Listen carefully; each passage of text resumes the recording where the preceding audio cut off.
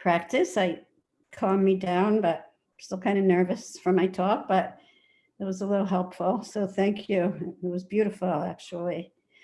So my name is Franny Alexander, and my presentation is called Avoiding the Second Dart and the Wisdom of One Buddhism. And I'd like to just start by telling you a little bit about myself. I became interested in Buddhism probably about 30 years ago. I started reading Thich Nhat Hanh.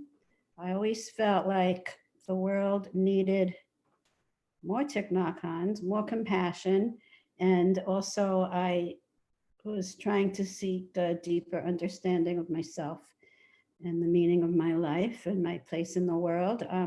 After that, I attended the Chiang Yen Temple, which was in Carmel, New York, and I spent a lot of time there, took some courses there. And then after that, I studied with Buddhist priest who actually married my husband and I, but his name is Reverend Compassion, and he had a very small, he called it a Buddhist hermitage, and it was a very small Sangha, and it was in Cold Spring, New York. So then we moved upstate, and I think it could have had to do with karma, or maybe some innate DNA wisdom, innate karma that made us move so close to the One Dharma Center, perhaps, because as soon as I came to the One Dharma Center, I realized that it was really the place for me.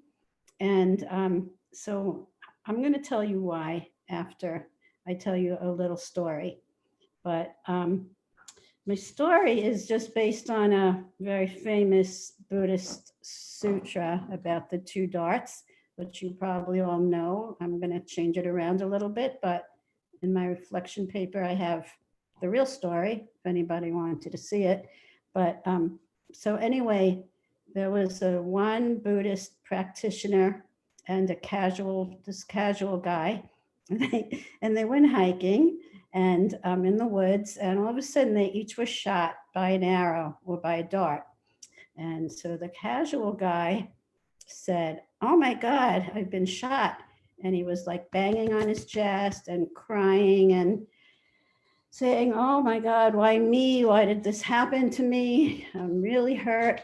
And the one Buddhist guy was also shot with this arrow, and he just kind of took a few deep breaths and he relaxed, and he kind of accepted it. He didn't resent it. He didn't resist it. So the moral of the story is that, well, it has to do with cultivating Buddhist wisdom, that there's a big difference between pain and suffering. So if you are a practitioner, you are shot with one dart, which is the pain, but you may not feel the suffering, which is the second dart, because you have pain in your body, but maybe not in your mind. So I took a lot of courses on pain management in the past, and so we know that pain any place in the body is real, no matter what.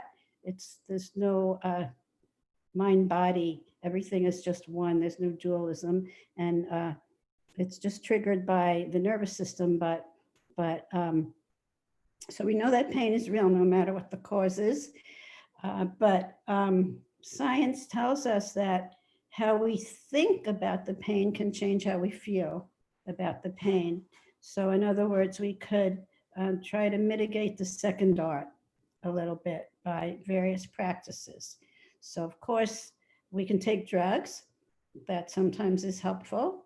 And also our brain is a medicine cabinet. So the endorphins in our brain could actually help us as well, releasing chemicals if we knew how to engage that and calm ourselves. And then because I teach yoga, there's a saying that yoga is actually could be a broad spectrum antibiotic to help you with certain types of pain. But definitely there's science-based evidence that mindfulness and meditation is probably one of the most effective ways of dealing with the second dart. And so this is where Won Buddhism comes in, and especially Won Buddhism more than other practices. And it's just helped me so much with sometimes pretty significant physical pain and emotional pain. And I'm going to quote the founding master, Master Sotasan, who said that he said, it is said that a person's mind is so extremely subtle that it exists when you take hold of it, but disappears when you let it go. And because of that, he formulated these very concrete practices that they help us so that our mind just doesn't disappear. And so in Buddhism, there's so many like lists, like the Eightfold Path and the 5 aggregates. So I guess Master Sotasan did the same thing. And so if you look on, starting on page 40 in the scripture book, there's a lot of different lists. There's the 9 essential dharmas of daily practice, the 6 items of heedfulness, the 10 merits of seated meditation, the 20 essential cases for questioning, and there's a lot of them. And also, of course, the precepts on at least the first 10 is when I got my Dharma name, are the ones that were given to me, but that's on page 72. So this was really perfect for me because before I had a meditation practice, it wasn't every day, but it was mainly seated meditation. And all of these different things have really helped me a lot with my own, types of problems in my life. And so I decided to make my own list, but it's based on teachings of Master Sotasan, and it's called the 9. It's a list of 9 things, and it's called Avoiding the Second Arrow, or Won Buddhist Practices to Facilitate Pain Reduction.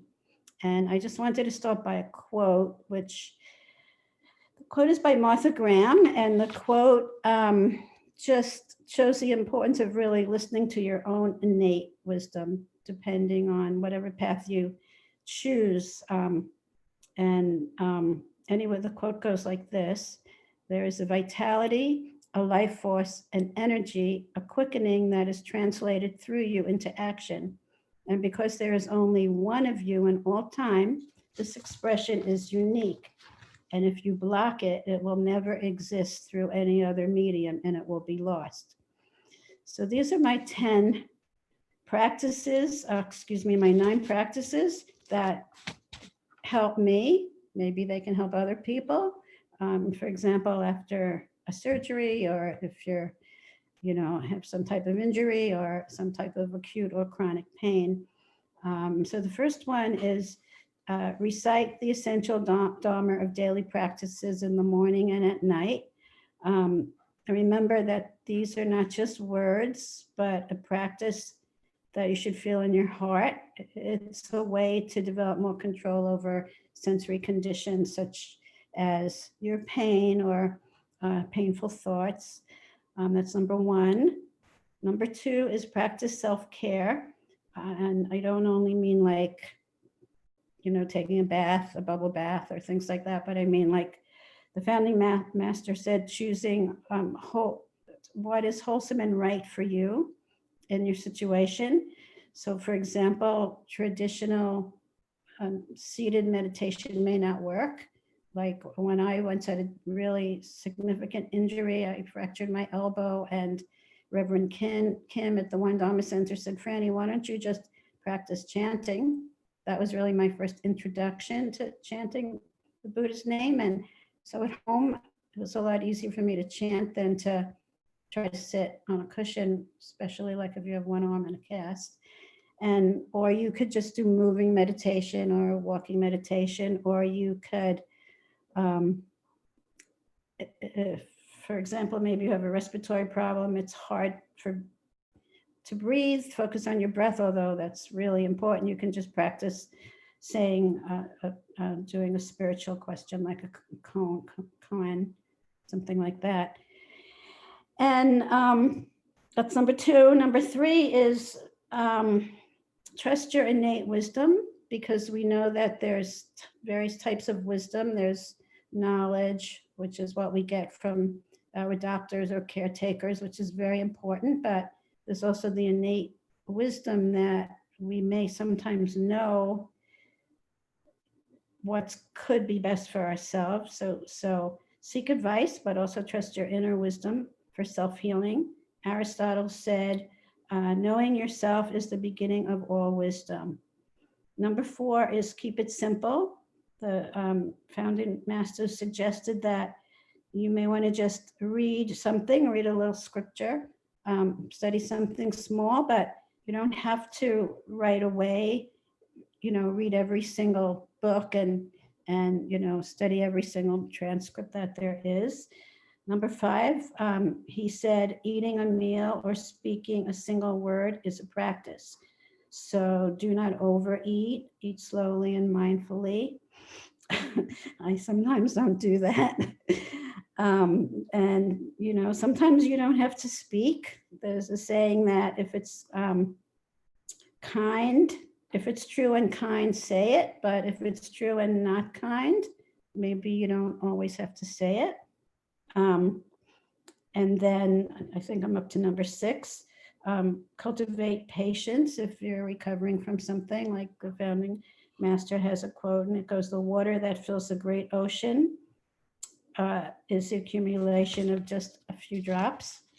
Number 7 is keep a diary. That's a practice that I haven't really taken up yet in terms of the diary that the Master Soda-san speaks of. I do keep a diary. It's more like a different type of journal, but I think that's something I'd like to start. I think it's important to keep a diary, and you can record mindful or unmindful responses, how you respond to them.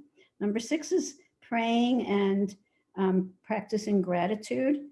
You may want to recite the fourfold grace. May heaven and earth watch over me. May parents watch over me. May fellow beings respond to me, and may laws respond to me. And especially this time with all of the social injustice in the world and COVID, I think praying or reciting the coronavirus prayer is so important, for probably one of the most important things we can do to help people. And then finally, number 9 is to contemplate the threefold practice. Cultivate the mind field as nurturing the nature. So notice painful thoughts and sensations with neutrality and non-attachment. Try to avoid feelings of resentment. Try to avoid things like, why did this happen to me? Try to avoid judgment, especially of yourself, which was a problem I used to have a lot, judgment of other people as well. And don't blame. You don't have to blame yourself or other people. And then choose to accept the current situation with faith, zeal, questioning, and dedication. And hopefully you'll recover, or hopefully you'll be able to mitigate that second dart, and things may improve, or things will improve. Have a positive outlook. Okay, that's my talk. Wonderful. Thank you. Franny. You didn't seem nervous though. That's I wonderful. am nervous. So many good points. Excellent, Franny. Thank you for that. And next we have Matt. Is Matt there?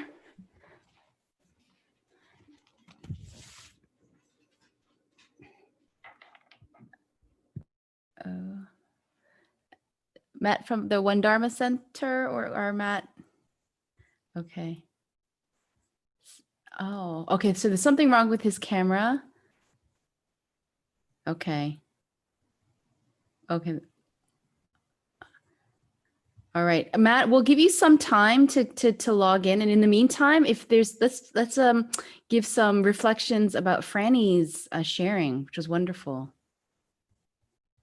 She gave us some really excellent points. I'll start with Bob, and then. Oh, I just really appreciate her personalizing things like that. That's a wonderful idea. Thank you. I tried to be really practical because a lot of my studying is, there's so much that's practical in Won Buddhism, but there's also so many things that are very esoteric. And the older you get, I mean, it's easier for me to, I love reading that stuff, but it's harder for me to put into words. But if you can just take something very practical and how it applies to your daily life, then that's what's really helping me right now. Great. Tiffany? I think Tiffany had. So thank you so much, Franny. That was wonderful. And it was a nice connection to what Reverend Kang did in terms of making us aware of our physical bodies. You kind of put into words what she did physically. So thank you both. And I was wondering, as a person who uses breathing and tries, and it sounds as if medicine is used, but not something that's always advocated. In terms of breathing and all, do you find that to be helpful, right? Because we now know that there's so many issues with medication. Yeah, there's I think 100,000 people in the world, in the United States, suffering from chronic pain, and they now really know that for chronic pain, opiates don't really work at all. I mean, they may work. So, of course, you need medicine sometimes, but I mean, there's so many books written about breathing, and I mean, it's amazing. It's just totally amazing what somebody once wrote that they even did something with their breath and they had scoliosis and they were able to like send their energy down. And I mean, I don't know if that's really true, but there's just a lot you can do. I don't remember who said it, but somebody said just like every 15 minutes, take 3 deep breaths. Just like try that for a day and just see how you feel. Like maybe set your watch or something. Oh, And great. yeah, something like that. Thank you. Yes, Christine.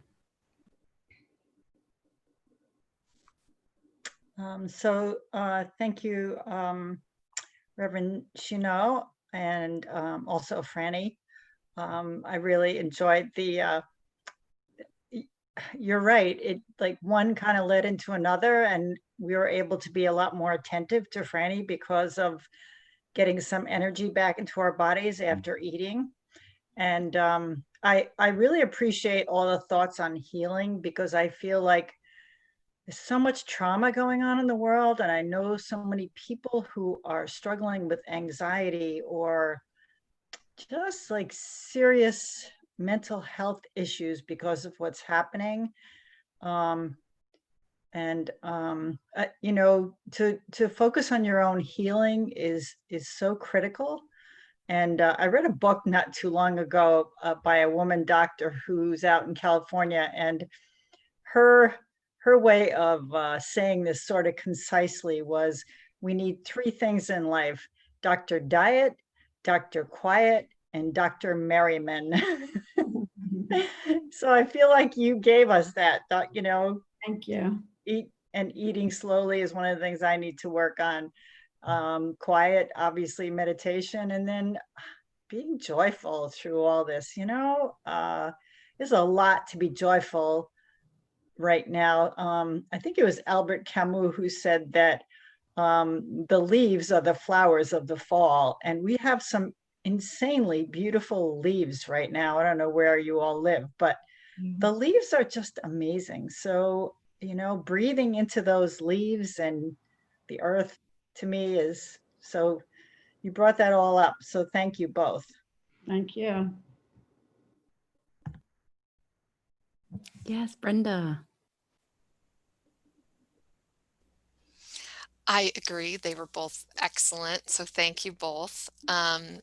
So I work in and I work today in an inpatient mental health hospital. And so I saw many, many people and a lot of, you're right, there's a lot of hurting and trauma and difficulty in people's personal lives. The coronavirus has definitely enhanced that. And then politically, that's, a lot of difficult things. And I'm happy to, kind of reflect that the medical, the scientific medical community is definitely becoming more aware of the breathing aspects, of the self-care aspects. I am in a hospital that is concentrated specifically on the mental health, and I am very happy to be learning more in depth, but also that, some of the skills that I teach, I am able to see applied here. And so even people who are not maybe aware of Won Buddhism are still able to gain some of that knowledge. And I just appreciate your making it so personal and all the comments as well. So thank you. I just really appreciate it.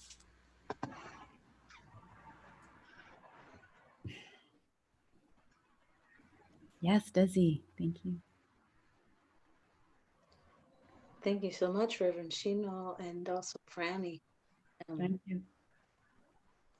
I've been lucky to have had meditation before with Reverend Shino, so I always know it's a treat, and I always smile. And I do always feel refreshed.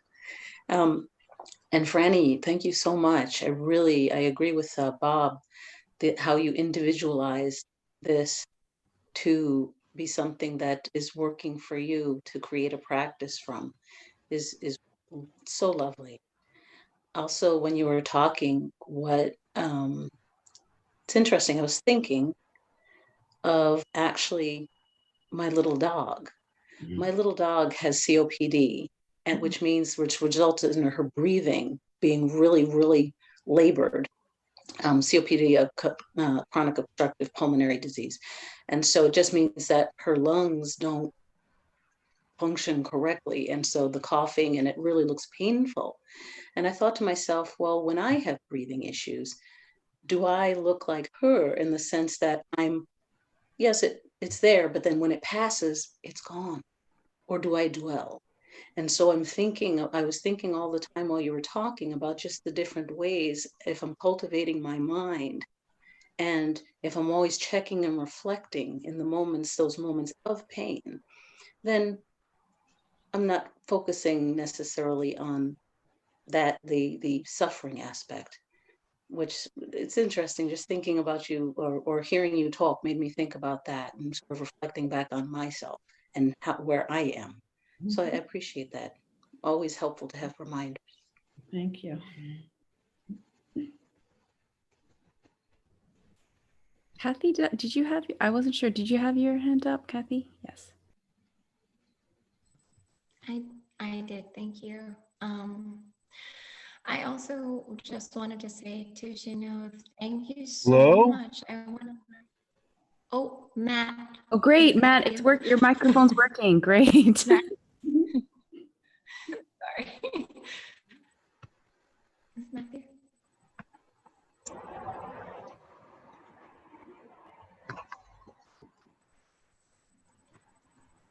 Go ahead, Kathy. Yeah. Oh, I didn't want to interrupt, I'm sorry. Just, I just love the meditation. I learned that from you. The movement was really great. I appreciate it. And then Franny, I have the privilege of knowing you because you're at the Won Dharma Center. And I just wanted to say to you that you have tremendous compassion. Tremendous. And so I'm really appreciative that you spoke about the thing that really means so much to you. Sorry. Am I there? Healing someone's, pain, and that you shared that with us. So I just wanted to thank you for that. I think I'm unstable. Yeah, thanks, Kathy. Matt, are you still there? Sorry. Matt? Okay. All right. Okay, so is there, Allison? Reverend Shino, thank you. That was beautiful. And Franny, wow, that was fabulous for somebody new like me. I'm doing all the reading I've been doing, and it's kind of, my mind is all over the place. And you brought it down to something very, very concrete and beautiful and easy to follow, I hope. And I'm trying anyway, but thank you so much, because it brought it all into nice, simple format for me. Because sometimes the reading takes me so far, and I get caught up in the details and find it hard to get back on track. Me too. And the breathing was very important, because, in Colorado, we are having dreadful, dreadful fires. And we have had so much smoke in the air the past few weeks. We're hoping that the snow that's coming in will hopefully chase some of this away and do, do some work on the fires. But think of us here in Colorado, because a lot of people are quite ill from breathing the smoke. So keeping our breathing going is important. So thank you very much, Franny. Hello, you can hear me? Yeah, Matt, we can hear you perfectly. Can you hear us? Oh, this is awful. Oh, you can't hear me, Matt? Matt? I'm logging off. I'm sorry. Okay, totally understand, Matt. Okay, don't worry, we'll get you. Hello? Okay, oh no. I'm logging off. This is awful. I'm sorry. Okay. That happened. This is Zoom world. This is Zoom world. We're all here for you, Matthew. We understand. Okay, so the issue is that he can't hear us, but we can hear him. So thank you, everybody. Our heart goes out to him. Reverend Yu, would you like to give a sharing now? Can you hear me? Mm-hmm. Okay. So thank you, Franny. You started your presentation by mentioning the human suffering and the Dharma to overcome it as a medicine.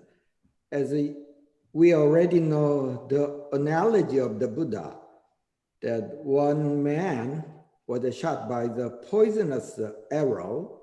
So lots of Hindu priests talked about what kind of a poison is this? Who shot the arrow, etc. But related with that, Buddha said, that's not important at all. To neutralize the poison, to save the person is what comes first. Buddha said that sometimes spiritual tradition, their teaching tend to flow in the direction of being too much metaphysical or philosophical. So Buddha warned against that. And the founding motive of the Won Buddhism, so you can read this. I will not use the Zoom function today. That means our IT minister is not next to me today. So when you read that, page 1, our founding motive is to lead all sentient beings who are drowning in the turbulent sea of suffering to a vast paradise. How? In the previous class, we learned threefold practice by cultivating our mind and honing our wisdom and mindful conduct. We can restore our inner paradise. We have to lead our life first to paradise first to help others. When the airplane is rocking because of the turbulence, so what does that manual say? Before you help your children to wear the oxygen mask, you first wear the mask. So the practice of Ilwansang, we should know our mind, we should nurture our mind, and we should use our mind. It's a threefold practice. So in the previous class, we studied spiritual cultivation part. Whether it's a spiritual cultivation or cultivation of wisdom. Cultivation of wisdom in Won Buddhism, our founding master named that inquiry into human affairs and the universal principle. So when you carefully read the objective of cultivating the spirit or cultivating the wisdom, the direction is very clear. Let me read. Objective of the cultivating the spirit. Humans, the most intelligent of beings, have a tendency to know in their seeing, hearing, and learning, and the desire to do certain things that is much greater than that of other humans. So because of we are spiritual and intelligent, we try to know too much, we try to achieve too much. That kind of a desire, including your wholesome life goal. If we would like to achieve something beyond the middle path, our founding master defined that is greed. So if we lose the tranquility of our mind, it is not necessarily because we have not practiced meditation or chanting meditation enough. Because of so many desires, we tend to lose the center of our mind. So when you read carefully the objective of cultivating the spirit, it's very simple. Our aim is to engage in cultivating that nurtures our independent, thank you. By removing that desire and attaining sound spirit. When you read the objective of cultivating of the wisdom, let me read. The suffering and the happiness that might inadvertently occur, and the suffering and the happiness that we create for ourselves, are the consequences of our own making through the operation of 6 sense organs. If we are ignorant of the universal principle, we will not understand the causes of suffering and happiness, and so on. Okay. So why I read this one, whether it is a spiritual cultivation or cultivation of wisdom, it is to cure the sickness in our mind. Buddha called himself medicine king, or he sometimes called himself peerless surgeon or great physician. And his teaching is the medicine. Our founding master said, one Buddhist temple is the hospital. Hospital to cure the sickness of our mind. So let's focus today the inquiry into the universal principle and human affairs. Why? Instead of saying cultivating wisdom, why our founding master said inquiry into, sometimes another translation has it, facts and principle. Two areas for us to study and contemplate. One is the human affairs, what's going on in this world. And it's the knowledge of outside the world, or the science and technology. Our civilization is based on that type of knowledge of the outer world. Let's say that knowledge about the human affairs.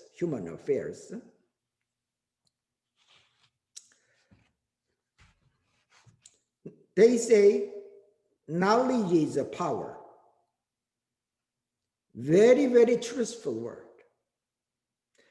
If you are not knowledgeable in some area, you can never become a leader in that area.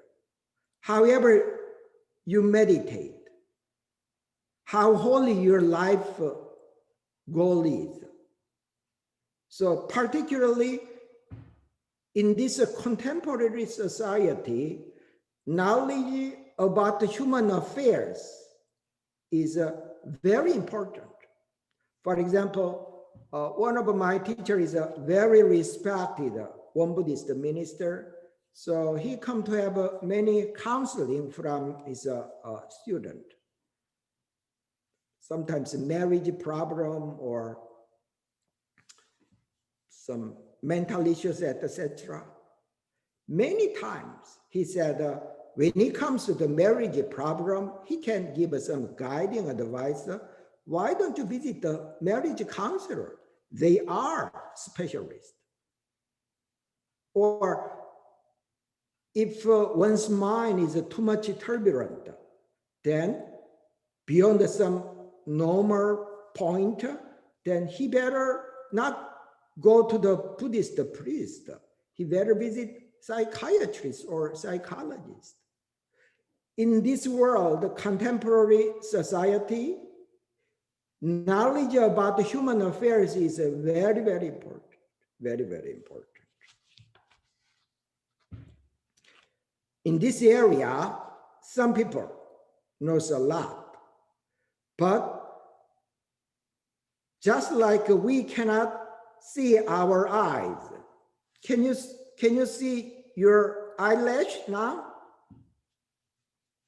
Why we can't see that? Because it's too close. If it is too much fundamental, we cannot recognize that.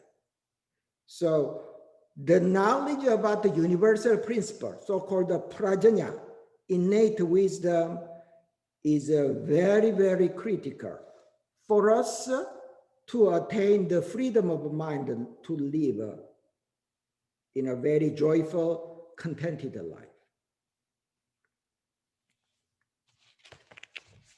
If the knowledge of the outer world, or those science and technology, or those dazzling civilization guarantee us to realize happiness, then people in the developed countries should live far more happier and freer. That's not true.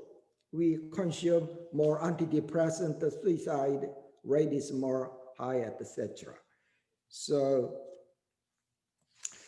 the wisdom to know ourselves is particularly very, very critical.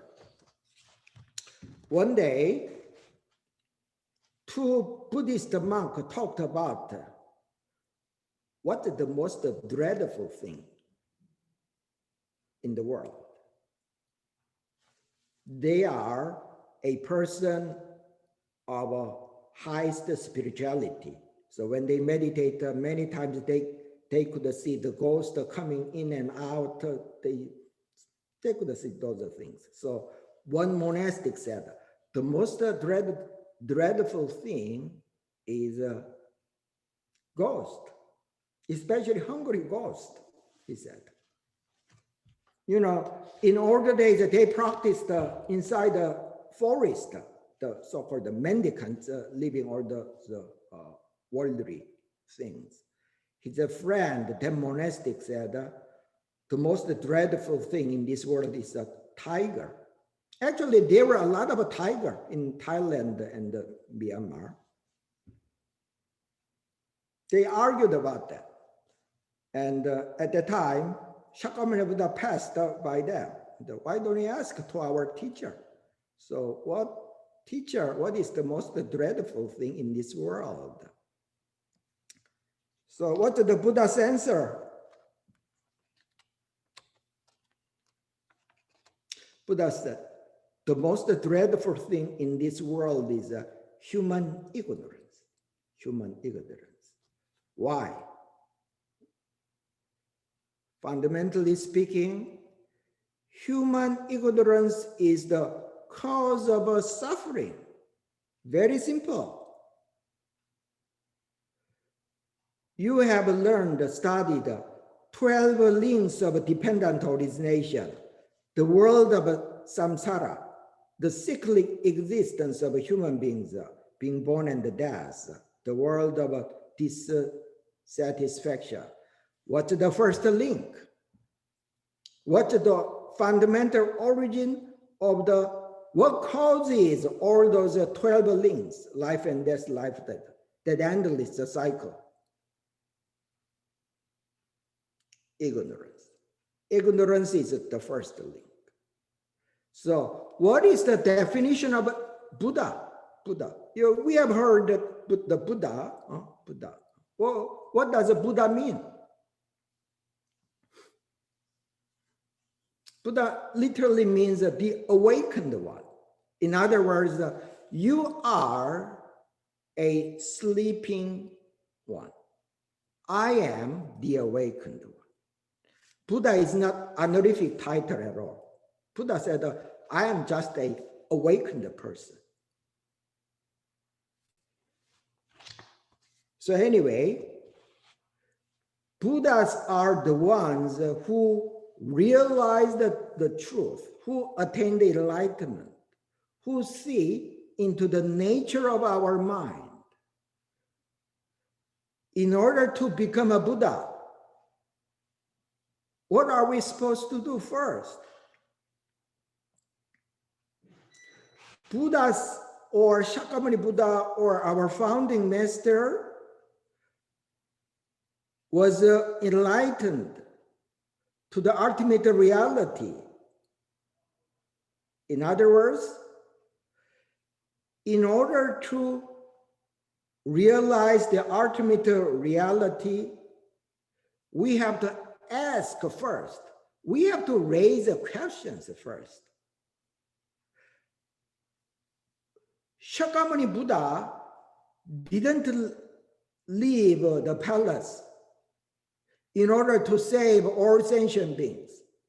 His primary motive was to serve the grave matter of life and death, to save himself.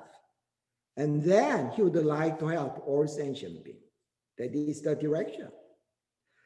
Our founding masters searching for the way started by, he had a lot of questions about the mystery of the universe since he was 7 years old. He did not search for the truth to heal this world. In other words, our third Dharma master said, questioning mind is the seed, the foundation of enlightenment. In order to know the answer, you have to ask first. Very simple. What are we supposed to ask? we need to ask who we really are, the nature of our mind. So at the Ilwansang vow, whether it's a Grace, whether it's a Christine, Kathy, Shino, we always chant, we, unawakened beings, vow at the center. We, 어리석은, the Korean word literally means deluded or foolish, means vow to. So in order to, as long as we do not know who we really are, our founding master said, we are all deluded person. Even though you receive you are nominated as a Nobel Peace Prize or Nobel laureate.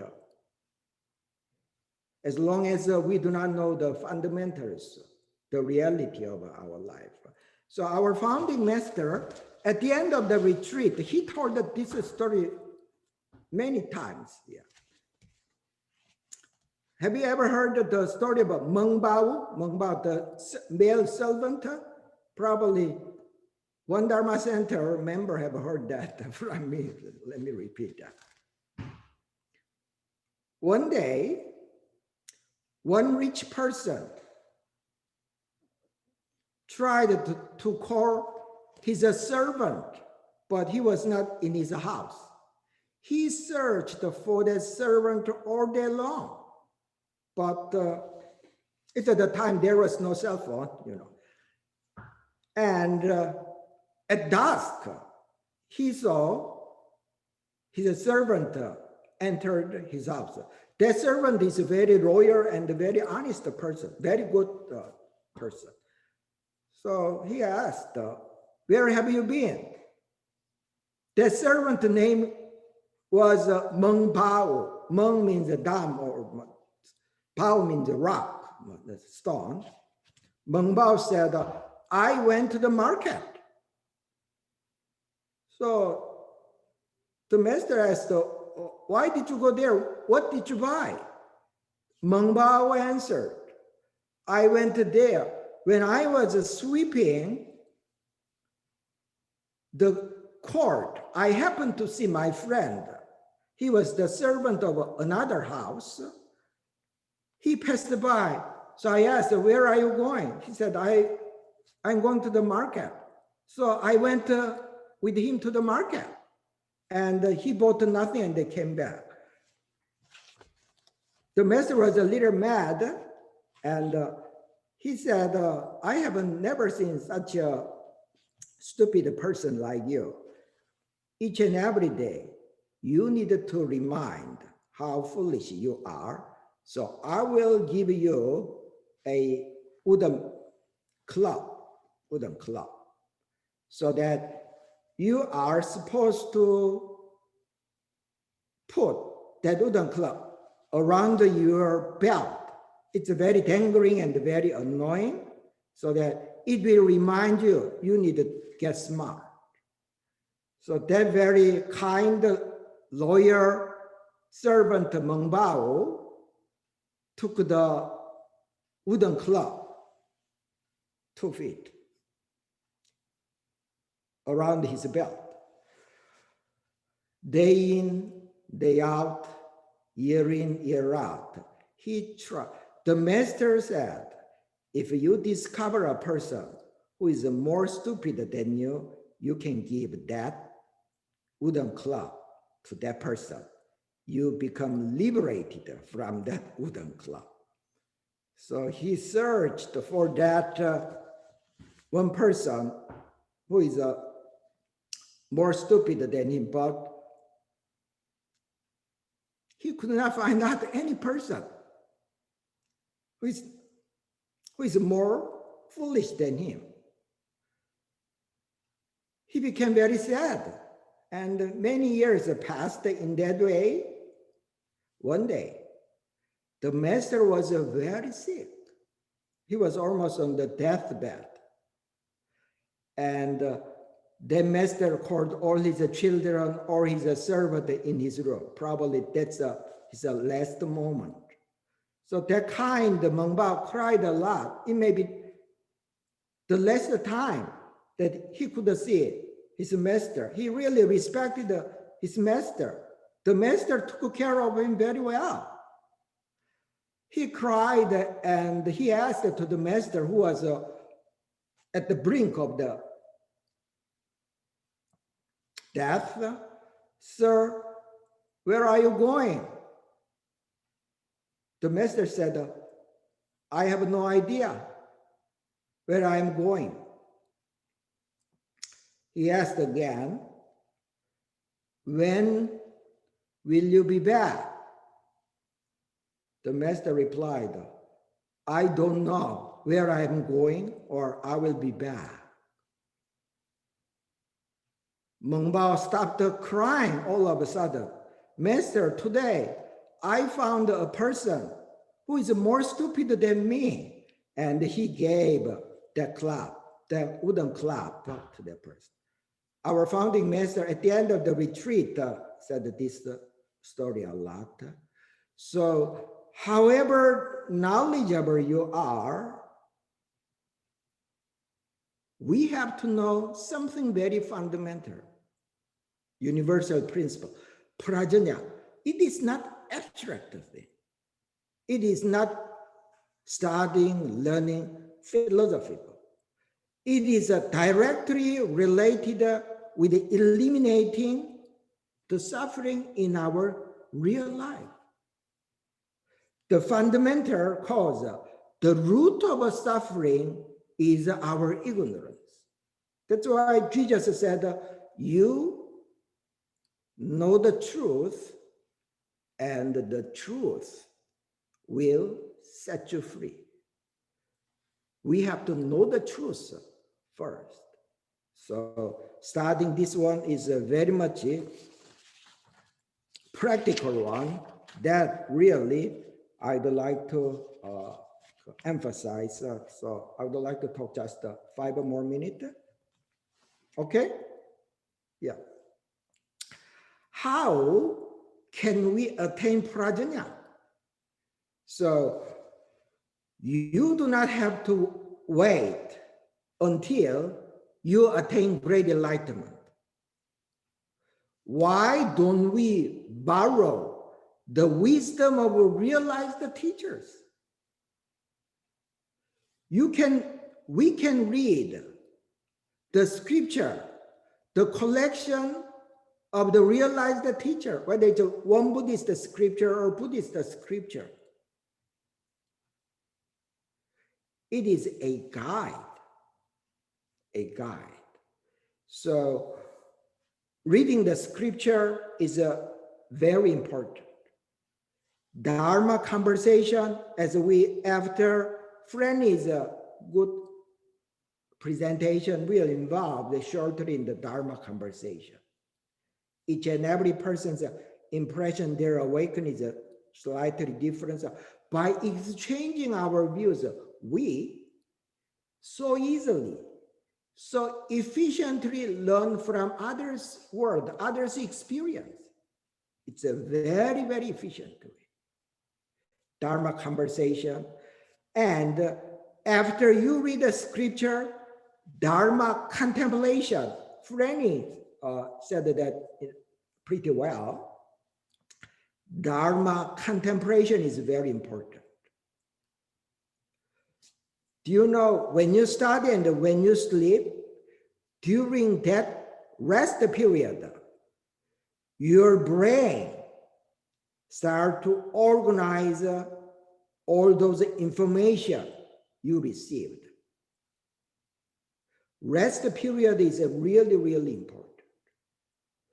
When we strain our muscle, when we exercise, when we lift something heavy, do you know when is the period your muscle becomes big and bulky? When your muscle get rest. It is the period your muscle becomes bigger and bulkier, strengthened. So, for example, when I have a free time, I read Venerable Tesan, our third head Dharma master's word. Like after 40 minutes, but my concentration start to wander, I stopped reading. And then from my residence to the entrance of the One Dharma Center, I walk, contemplating his Dharma words, going there and coming there. Do you know how many minutes it takes? It takes exactly 40 minutes. For 40 minutes, I contemplate so that what I read become internalized in my body and the soul. So Dharma conversation, reading scripture, Dharma contemplation is very important. And one of the fourth item of mindfulness in daily life, let me read that. People who have achieved a basic knowledge of scripture be mindful to study and practice koan, cases for questioning. I think all of you already know the koan, but what's the sound of one hand clapping? What's my original face before my parents were born? These looks like a riddle. You can solve the riddle with your reason, with your thinking mind. You can get a solution of many riddles. But when it comes to the koan, it defies our rational thinking. Why in the Rinzai tradition, when they practice meditation, they don't place their awareness on their breath. In one Buddhism Sutta tradition, we work with our breath to stay centered. But in the Rinzai tradition, the masters recommend their students to work with the koan. Why? The nature of the koan, it helps to dissolve our thinking mind. How can you realize, understand your original face before your parents were born? In the first stage, we can approach koan with your thinking mind. That's fine. But gradually your thinking mind start to disappear.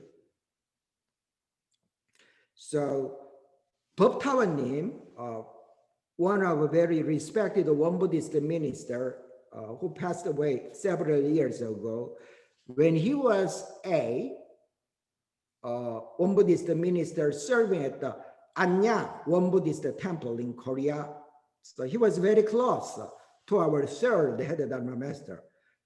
Venerable Desan asked to Bob Tawanim, what's the koan that you these days contemplate? But Bob Tawanim, at the time, she was in her early 40s. Well, I don't have any particular koan that I contemplate.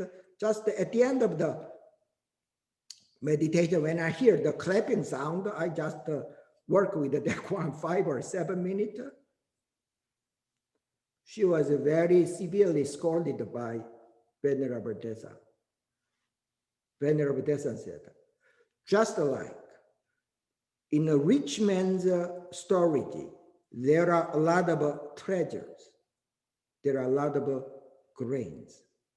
Likewise, in the mind of the practitioner, there should be a lot of koans, a lot of questioning mind. So, in the Zen tradition, there are many paths to attain enlightenment.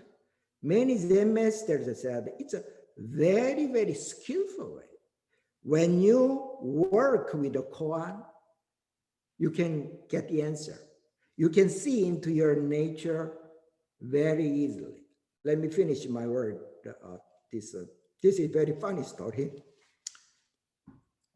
This is the story that the late Zen master Gyeongbong in Korea said to his student, Zen priest a lot. One day, there was a silk merchant who buy lots of rolls of silk in this town and sell those silk rolls in another town. When on his way to the nearby village, he was so tired under the tree, he took a nap. When he was awakened, he discovered all his silk rolls were gone. Somebody stole all those silks. He panicked and he went to the village and met the governor of the village. The governor was known to be a very wise person. He explained when he was sleeping under the tree, somebody took all his silk rolls. The governor asked, when you fell into sleep, was there any person who saw you and your silk rolls? He said, no, there was nobody. But there was a totem, the wooden pole, totem. So there was one totem with his eyes open. It's carved in that way. Probably it's just a totem. Then the governor said, well, in that case, I needed to interrogate that totem. So he asked his man, bring that totem in the court. And he announced, in 1 week, on such and such day, a court will be heard. I will interrogate that totem. The word started to spread. All the village people thought, what a ridiculous thing it is. So in those days, there was not so many entertainment things. All the village people come together to see how the governor interrogated the totem. So on that day, the governor asked his men, tie the totem at the tree. And he asked, hit with a wooden club, hit the totem very hard. And the totem was hit many times, but he was completely silent. The governor asked, you were next to that merchant who stole the silk rolls. The totem did not say anything. The governor got really mad and he asked his men, hit that totem harder and harder. When his man hit the totem hard, then eventually all the village people burst into laughter. The governor became really furious. In this sacred court, all those commoners burst into laughter. So he caught all the village people who laughed. And as a penalty, after 1 week, you needed to bring 1 roll of a silk to this court.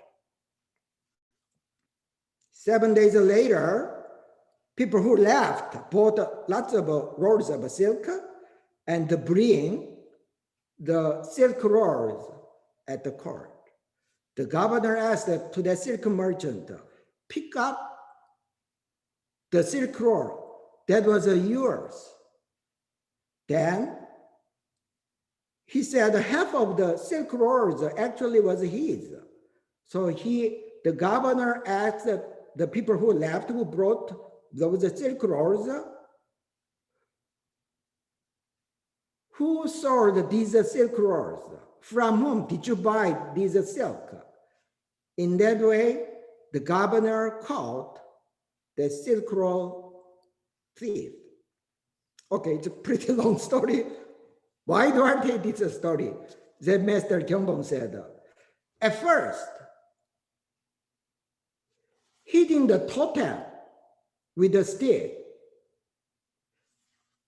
seemed it has nothing to do with catching the real thief.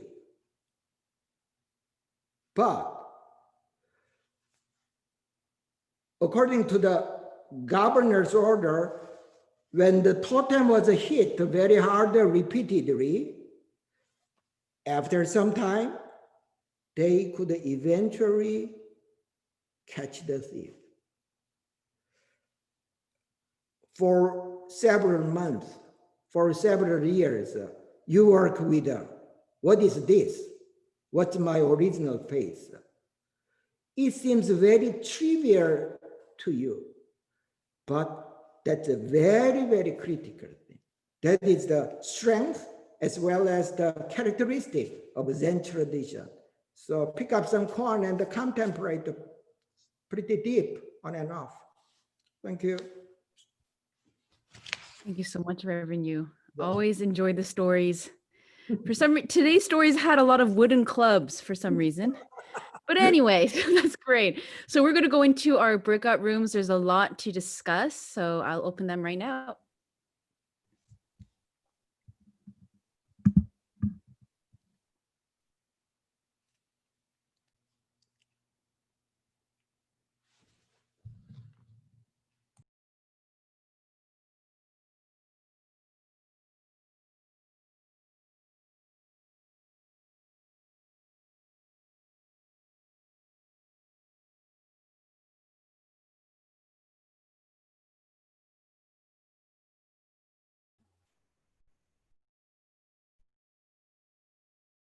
Oh, okay. Welcome back, everyone.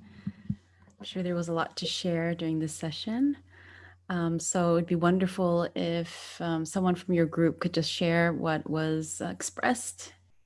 I guess I'll start with Brenda, Christine, Franny's group. If there's anyone from that group who'd like to share.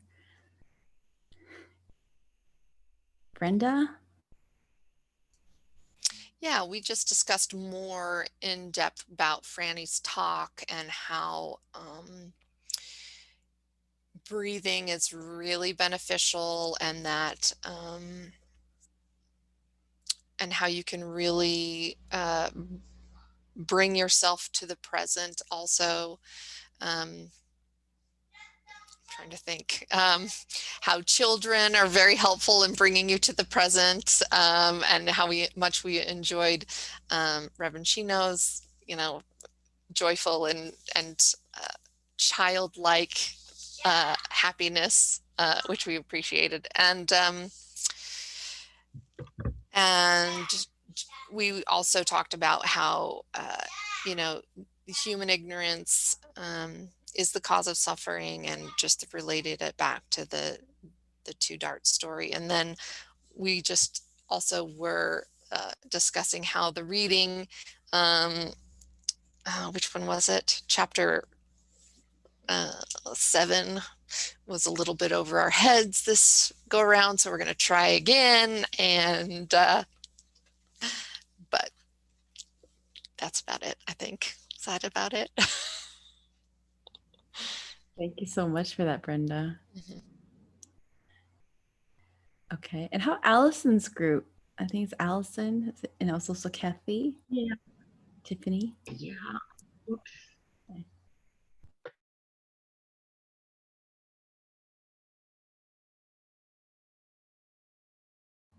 Oh, microphone, Allison. Oh, sorry. I just turned, there we go. Sorry, I turned it off instead of on. Yeah, we had a great discussion on a lot of the things and a lot of the readings that we had to do this week. And we did, I'm sorry, terrible call, and I don't know how to turn that phone off. We talked a lot about attachment in our lives and how it affects us, and what we read about it and so forth. And I shared my little story about years ago. I had inherited a Rolex watch, a gold Rolex watch from an uncle, and I was going to give it to my son when he graduated. But my husband at the time didn't listen to me when I told him I was hiding some things in a Tide box in laundry, because they had said that that's a good place to hide things that when we were going out of town. And I just kind of left them there. And I came home from a business trip one day, and the man who never cleaned out anything in the house said, "Oh, I got rid of that empty Tide box and threw it in the trash." So I said it wasn't empty. So it was just some paper or something in there. And okay. So that to me at that time was devastating. And I went through a whole lot of feelings and anger, and called the garbage company and said, "Could I come and look for it?" And they said, "Lady, you don't want to come here." And so I stepped back from it, and I really thought, and I meditated, and I said, my life has not changed in any way with the loss of that. And so it's helped me a lot over the years in attachment. I enjoy things that I've inherited or that I like, but my life is not going to change. I can appreciate that if they're gone, what is my mind and my soul and my spirit and my true nature is not dependent on being attached to any of those things. So we did some discussion about that. We talked about Franny's presentation.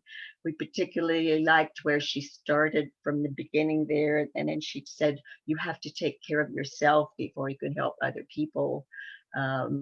We thought that too often we don't think that way, and it really is true. We do that. And what else? Well, yeah, we too agreed that chapter 7 was kind of difficult to follow this week, but we liked the other parts. We talked about some of the master's words and keeping our principles and feeling the scriptures, and that everything in life is scripture.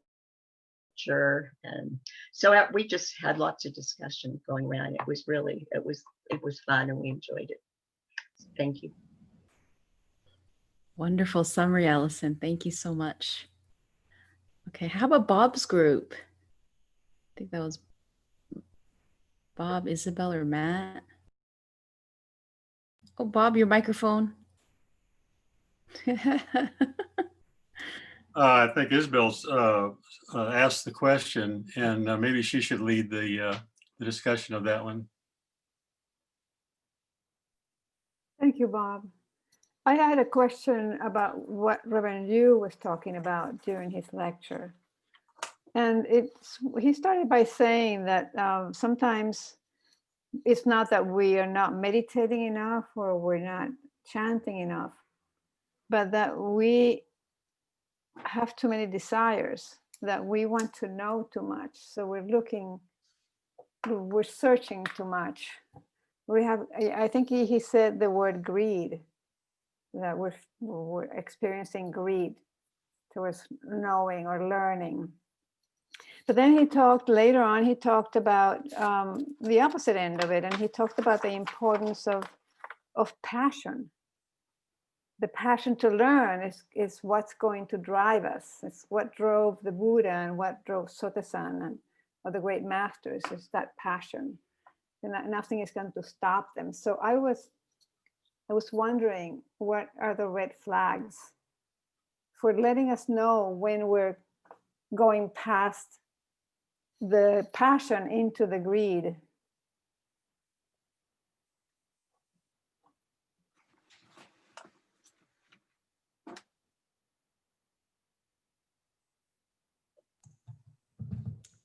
Is there a question for me? Yes. Okay. Generally speaking, we humans want a lot of things. Is that for me or for myself? For me or for my families, or for this world, or for the whole sentient beings? So let's just think about the scale or the scope ourselves. Venerable Desan, our third head Dharma master, said, the most greedy person was Shakyamuni Buddha. He left the palace and he would like to know all the mystery of the human life and the universe. From one perspective, he's the most greediest person because he had a very strong desire in a certain area. Nothing seemed very important. He could, that's why he could so stay centered. Not because he practiced meditation a lot. When he left the palace, he already achieved a liberated state of mind. From that foundation, he practiced. So what I want is that really, is that for me, many times we try to help others, but it's a disguise. It enhanced the name or the pride of myself, etc. Many feelings first and or many priests especially. So is that truly for myself or for others? That's the, so desire is important, but instead of desire, with our founding master called that zeal, passion, zeal, that's the motivating power to achieve some goal. But if it is directed, I, me, mine, then we can lose the center or the peace of our mind. So it's for others, even though we drive ourselves pretty hard, we can maintain some peaceful state of mind. Yeah. Thank you. Thank you, Reverend Yu. And finally, for Desi's group, is there anyone who'd like to speak? Desi or Shino or Steve? Perhaps, I think everyone's saying Steve. I don't know. Oh, gee, thanks. Okay. Yeah. Both Desi and Shino shared that the about koan. Desi shared about doing some journaling, and I shared that I did, and she was talking about how she journals, and I was talking about I was doing my journaling, and then somebody, I'm not sure if it was Shino mentioned that, and we had a little bit of a brief discussion on this, is that Shino shared that something that she had heard was that you need to pause when you give advice. Because do I really know the other person's past, present, or future? And so you need to be, not only do we have to be mindful and think about ourselves, but we also have to think about how we interact and talk and share advice and so on with other people as well. That's kind of some of the highlights of what we talked about. Excellent. Yeah, I think I got chose because they probably saw me taking notes. That's why. But they're both smiling, and I think they're very happy that you did present on behalf. Okay, great. Thank you so much. And Matt Ginter, I just want to check in with you. How's everything over there in Ohio? I think it's all right. How so do you mean? Oh no, I just want to make sure everyone today got a word in. So. Oh, I apologize. I haven't been very talkative. I'm not well this week. Oh, okay. No. Just want to make sure. Okay, good. Thank you for coming today, Matt. Okay. And so, Reverend Yu, can you close us off then, please? Yeah. How many of you visited One Buddhist headquarters in Korea? Okay. There was a acupuncturist and herb doctor who was very rich.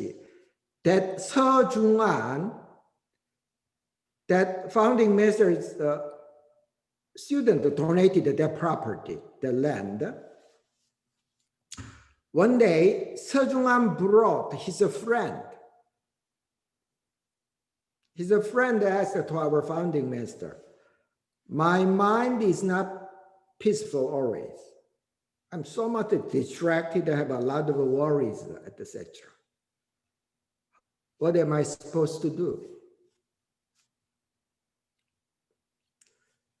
If you are our founding master, if you were in his shoe, how would you answer to that question? That's a very common question.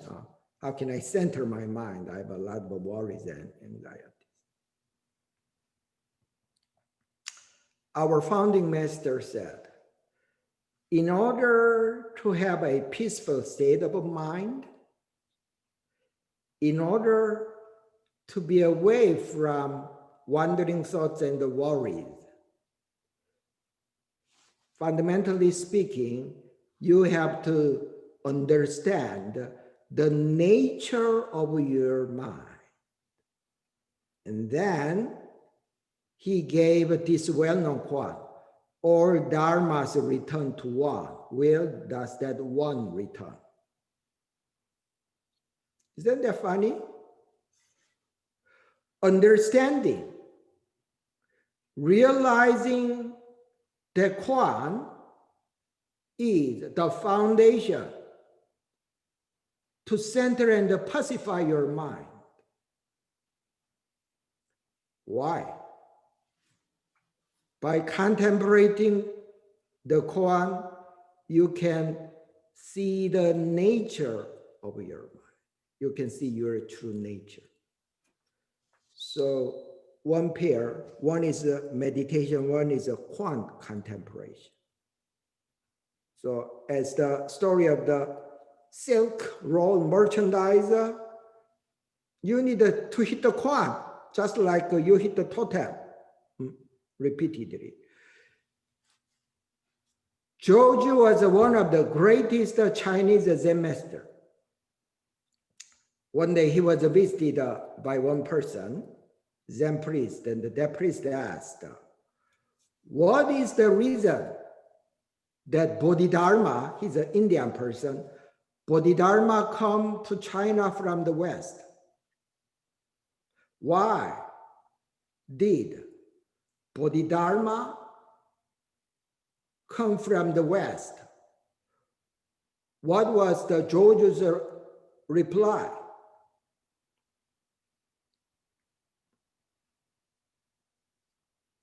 Joju said, pine tree in the garden,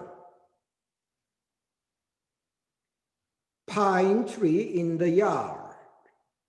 Regarding this answer, Venerable Desan, our third head Dharma master, made a comment.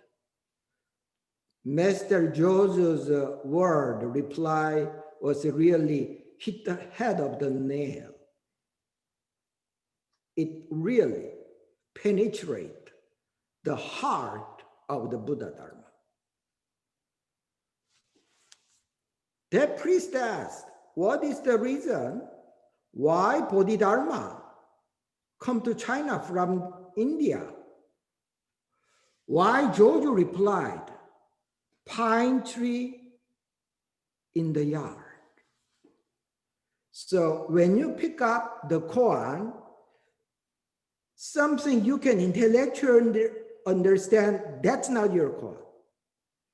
Something that really does not make sense, which looks completely ridiculous, that is your koan. So contemplate those, pick up those koan from reading the scripture and work with that.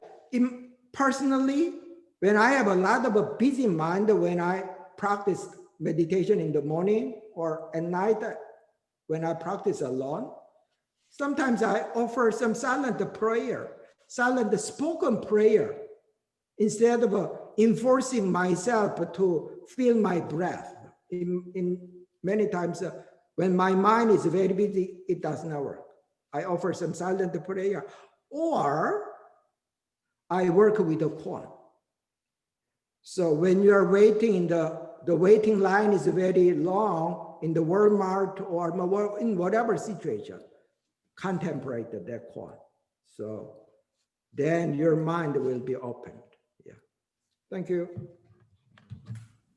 Thank you so much, Reverend Yu. So many good tips today. So remember, if you're waiting in line, just think of, what is the sound of one hand clapping?